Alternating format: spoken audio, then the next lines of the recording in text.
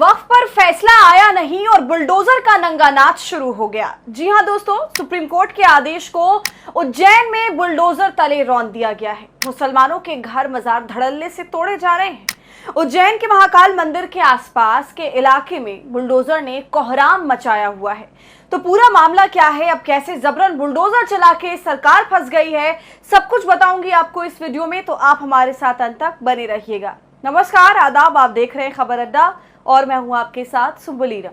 दोस्तों, बुलडोजर का हाहाकार कहीं से भी कम नहीं हो रहा। बड़ी हैरानी की बात है कि सरकारें इसे बिना किसी डर के चलाए जा रही हैं और ये सब कुछ तब हो रहा है जब सुप्रीम कोर्ट ने खुद यथास्थिति बरकरार रखने के लिए कहा।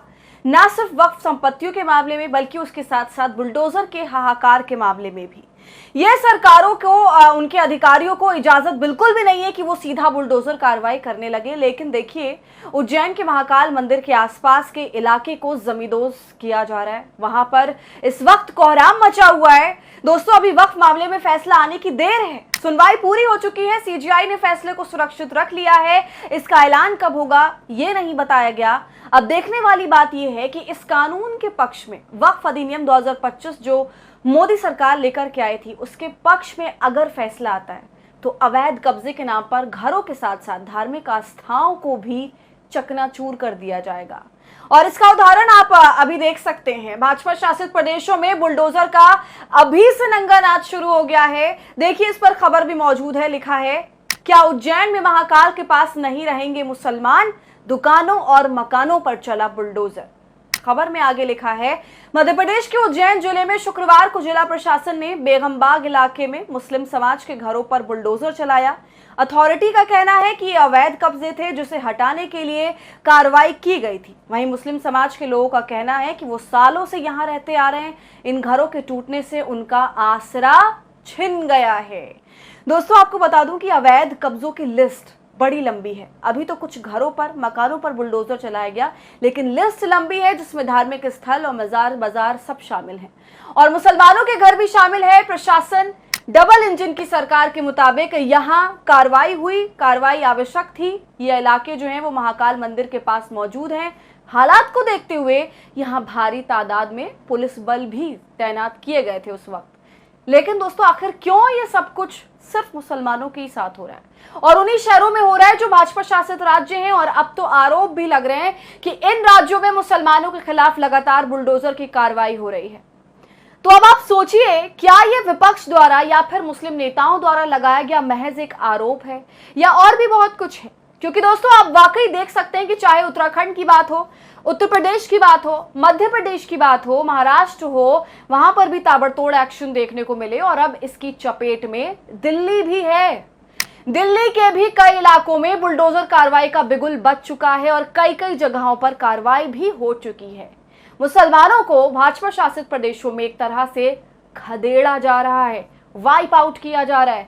किसी का सालों पुराना घर तोड़ा जा रहा है, वो घर जिसमें उनकी जिंदगी भर की मेहनत है, कमाई है। घर किसी का भी आसरा होता है। गरीब तबके के लिए या मिडिल क्लास के लिए अपना घर होना मतलब सब कुछ होना होता है। और जब सरकार इस एक चीज को छीन ले, आंखों के सामने तबाह कर दे, तो फिर कुछ भी नहीं बचता।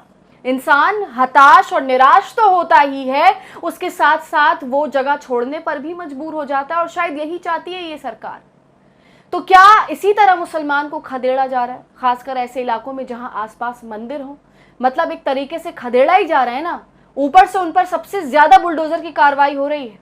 दोस्तों, उत्तर प्रदेश में योगी आदित्यनाथ का वो मामला तो आपको याद होगा ना, जिसमें खुद सुप्रीम कोर्ट को हस्तक्षेप करना पड़ा था और ये कहना पड़ा था कि आप आपराधिक मामले में कानून को अपने हाथ में ले रहे हैं। सुप्रीम कोर्ट ने सरकार से ये भी कहा था कि आप केवल शक के आधार पर उस एक शख्स का घर तो उजाड़ रहे हैं, बल्कि उसके साथ साथ उसके रिश्तेदारों के घरों को भी चपेट में ले रहे हैं।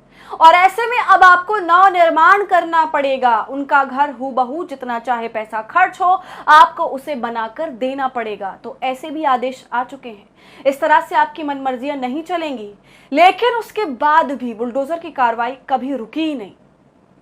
दोस्तों, दिल्ली के बटला हाउस समेत कई इलाकों में दीवारों पर नोटिस चस्पा कर दिया गया है। लाइन, पूरी पूरी गली जो है वो नोटिस के चपेट में आ गई है। इलाके में भारी पुलिस बल की तैनाती भी है, सीआरपीएफ की तैनाती है। कई मकानों पर, मजार पर, मस्जिदों को भी नोटिस थमाया गया है और केवल 15 दिनों का वक्त दिया गया है, जिसके बाद बुलडोजर की कार्रवाई शुरू हो जाएगी।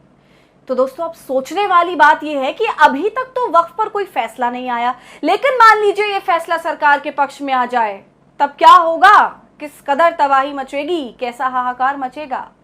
खैर दोस्तों, उज्जैन की बात करें तो एडिशनल एसपी नितेश भार्गव ने बताया, बेगम बाग इलाका महाकाल मंदिर के पास है और यहां बने 2 मकान उज्जैन विकास प्राधिकरण ने अतिक्रमण के रूप में चिन्हित किए थे।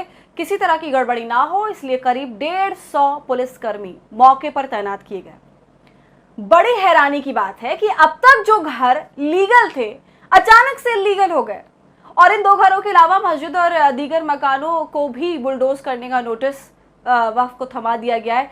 आपको बता दूं, ये घर उज्जैन महाकाल मंदिर से सटे हुए हैं। इन घरों में रह रहे लोग काफी सालों से उज्जैन में रह रहे हैं। इनके पास वोटर आईडी कार्ड है, वोट देते हैं, आधार कार्ड है, 50-60 साल से उज्जैन के निवासी हैं।